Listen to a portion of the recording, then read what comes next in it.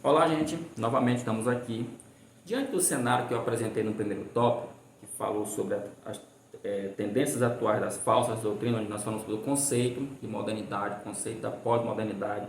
Falamos as características desse movimento, né, que é o segundo subido que fala que uma das características fortíssimas é a desconstrução, e fechamos o terceiro subido com a questão da espiritualidade, que é uma espiritualidade sem vida. Agora vamos ao segundo tópico, que fala sobre a resistência do crente. Diante desse cenário, qual deve ser, tá? Qual deve ser a atitude do crente, né? Qual deve ser a atitude do cristão? Como diz a própria lição, a atitude é de resistência. A gente tem que resistir, tá bom? Porque o 1 João capítulo 5, tá bom? Aqui é a primeira epístola de João, capítulo 5. Isso aqui é interessante você ler com a sala, tá bom? Leia. Algumas passagens da lição é muito bom que a gente leia, tá? Capítulo 5, versículo 4, diz assim a palavra do Senhor. Pois todo que é nascido de Deus vence o mundo. E esta é a vitória que vence o mundo, a nossa fé. Aí versículo 5, lá lê um pouco mais. Quem vence o mundo, senão aquele que crê que Jesus é o Filho de Deus? Então, já dando aqui uma resposta. Como é que a gente pode resistir? Tá? Como é que a gente pode resistir esses ventos de doutrina? Né? Como é que a gente pode resistir às heresias da pós-modernidade? Tendo fé em Jesus Cristo. Por que que o autor ele colocou aqui no capítulo 5, tá? E versículo 5 de 1 João, a expressão: quem vence o mundo, senão aquele que crê que Jesus é o Filho de Deus. Por que ele colocou isso? Porque João, você sabe, ele teve uma relação muito próxima com Cristo, foi um dos apóstolos que foi treinado por Cristo, e ele sabia da importância que era a pessoa ter essa conexão, ter fé, realmente. Mas fé não é ter fé em qualquer coisa, é uma fé realmente em Cristo, é uma fé em Jesus. O problema é que muita gente está dentro da igreja, veja aqui o que a pós-modernidade faz. Ela cria o quê? Uma espiritualidade frágil. Então, essa espiritualidade frágil que ela cria, e tem muito crente, tem muito jovem, e a gente sabe isso, como que a gente sabe disso? Quando vão para a escola, né? Quando vão para a faculdade, quando vão para algum evento de discussão, algum fórum, quando entram na internet, que acabam que se escandalizando. Tem muitos que se afastam, tem muitos que se desviam, tem muitos que deixam de acreditar na Bíblia. Por que acontece isso? Porque ele falta, que diz o versículo 5, que para vencer o mundo eles têm que crer que Jesus é o Filho de Deus. O versículo bíblico mais conhecido, eu creio que o versículo mais conhecido pelos cristãos é João 3,16, que diz, como vocês bem sabem: porque Deus amou o mundo de tal maneira que deu seu Filho unigênito, para que todo aquele que nele crê não pereça, mas tenha o que? A vida eterna. Mas como é que diz lá o texto? Para que todo aquele que nele crê. Crê em quem? Crê na pessoa bendita de Jesus Cristo. Então, se você, meu jovem, se você, professor, se você, meu irmão, não crê em Jesus, aí fica difícil fazer o que a lição está dizendo aqui, como ela fala.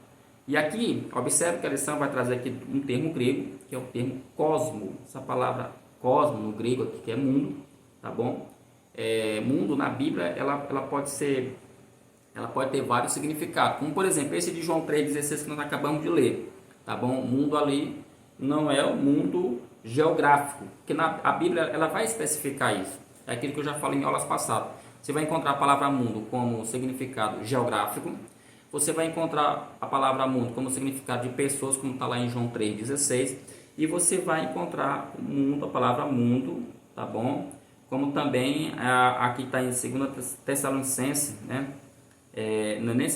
Não é nem a questão de 2 Tessalonicenses, é em 1 João, que fala que não se deve amar o mundo. Nesse sentido aqui, amar o mundo, que é cosmo também, como ele fala aqui, que literalmente significa o quê? Algo que é ordenado, né?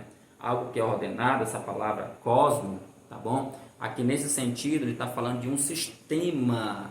Então, existe o mundo como, grave isso, o mundo como questão geográfica, existe o mundo como uma metáfora ou um símbolo falando de pessoas, como eu já falei aqui, João 3,16, e vai ter o mundo como sistema. E a lição coloca como característica desse sistema caído e pecaminoso, porque é isso que a Bíblia condena, quando ela diz assim, não ameis o mundo e nem as coisas que há no mundo.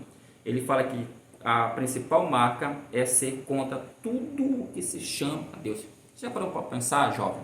Professor, leve o seu jovem a refletir sobre isso. Pergunte para ele se as pautas ideológicas que são discutidas na escola, pergunte para ele se as pautas ideológicas discutidas na universidade, discutidas dentro das redes sociais, pergunte para ele se essas pautas elas têm algum propósito, têm algum objetivo, tá? De glorificar a Deus. Pergunte se tem como objetivo evangelizar. Pergunte se ela tem como objetivo falar do amor de Deus. A conclusão, com certeza, e a resposta com toda certeza vai ser o qual? Não. Porque todas essas pautas que hoje estão sendo aí discutidas, não é só dentro das universidades, tá, gente? Isso aí está sendo discutido no meio público, né? A gente vê que Brasília, em vez ou outra, nós temos aí debates acalorados de deputados mais conservadores, deputados mais de esquerda, onde determinados temas aí são realmente debatidos a todo custo. Por exemplo, agora eu não sei como é que ficou, mas está no Supremo, né? Está no Supremo a questão do debate aí da legalização da maconha, um certo limite ali para que as pessoas possam utilizar essa droga, né, chamada maconha, que quem gosta de usar, né, está torcendo para que isso seja aprovado, ok? Mas aí está no debate, então a gente vê que são temas assim que acabam afetando um pouco a questão da moral. Logo, a igreja de Cristo deve ser resistente em relação a isso, tá? Ele coloca aqui, um mundo sem fundamentos. Ele vai novamente aqui, se você observar, ele fala aqui, qual a característica do mundo atual? De que forma a fé cristã é testada e desafiada atualmente? A pergunta, né? A respeito deste tempo, o sociólogo e filósofo, né, Zygmunt Bauman. Engraçado que antes de eu estudar esse tópico aqui, lá no primeiro tópico eu já tinha feito a pesquisa e apareceu, só confirmou o que eu tinha dito, né? O filósofo Zygmunt Bauman caracterizou a pós-modernidade como sociedade líquida, cuja marca principal é a fluidez, isto é, a não solidez das relações em seus mais variados aspectos, resultando assim na falta de comprometimento e relacionamentos sem profundidade descartáveis, tá? Então, observe como ele fala aqui, esse mundo da pós-modernidade é um mundo que sem fundamento. Então, eu acho interessante a gente ter essa aula para os nossos jovens, levar eles a seguinte reflexão: até que ponto vale realmente eu estar dentro da igreja e aquela igreja que eu congrego eu ter uma relação duradoura? Será que isso me traz algum benefício? Se traz alguns benefícios, quais? Ou não vale a pena você ter uma boa relação dentro da igreja? Vale a pena ou não vale a pena a gente ser fiel, né? Ser fiel, por exemplo, à família, ser fiel, por exemplo, ao pai, à mãe, a um amigo, né? Ser fiel ao marido, à esposa. Em nossos dias atuais, vale ou não vale a pena? Tem problemas? Tem dificuldades? Claro que tem, mas vale a pena? Quais são essas bênçãos, digamos assim, essas vantagens que você tem em ser fiel em um mundo como esse, sem fundamento, aonde tudo é líquido, aonde não tudo é passageiro, aonde, como a gente já falamos, o ter é melhor do que o ser. Então é interessante você estar refletindo isso com seus alunos, né? Aí ele vai falar sobre a vitória que vence o mundo, eu já falei isso, né?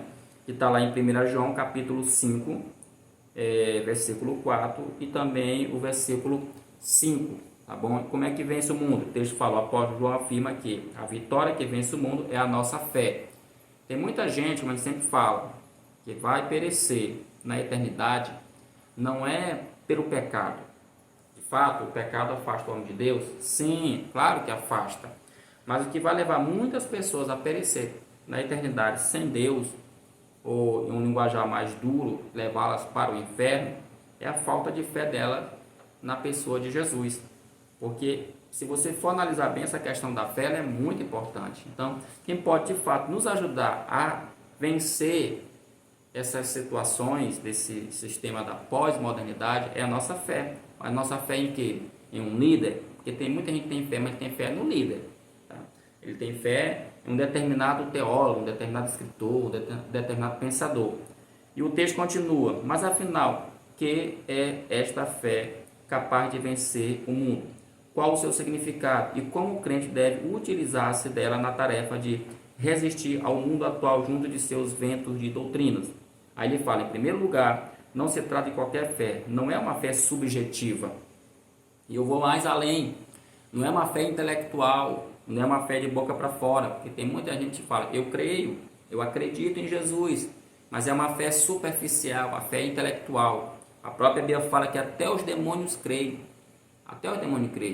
que obedecem, estremecem, mas mesmo assim eles continuam no pecado, eles continuam errando, porque é uma fé realmente de conhecimento. Tem muita gente que ele realmente acredita que Jesus ele morreu, que ele viveu nessa terra, ele crê nisso, só que ele não tem fé para que esse Jesus que morreu, que ressuscitou, possa fazer parte da sua vida, tá bom? Como ele fala, não é uma fé subjetiva, pois o apóstolo é objetivo em dizer a nossa fé, que remonta ao texto de Judas, que incentivando os seus leitores, disse que eles deveriam batalhar pela fé que uma vez foi dada aos santos. O Senhor Jesus é o autor da fé e ela é dada por Deus aos crentes. Em segundo lugar, esta fé oferece condições ao crente para que resista aos constantes ataques de seu adversário. Paulo compara a fé a um escudo, lá em Efésios 6,16. O escritor aos Hebreus afirma que a fé oferece firmeza e garantia ao crente em todo o tempo, em todas as circunstâncias, né? Então você vê que a fé realmente ela é importante. Quem tem fé realmente que Jesus Cristo é o Filho de Deus, ele é mais firme, ele é mais forte, como diz aqui o texto de Efésios capítulo 6,16, ela é uma espécie de escudo. Então não tem aí dúvidas. Ok? Esse foi o segundo tópico, beleza? Eu vou novamente dar uma parada aqui e volto para nós encerrarmos com o nosso terceiro tópico da lição.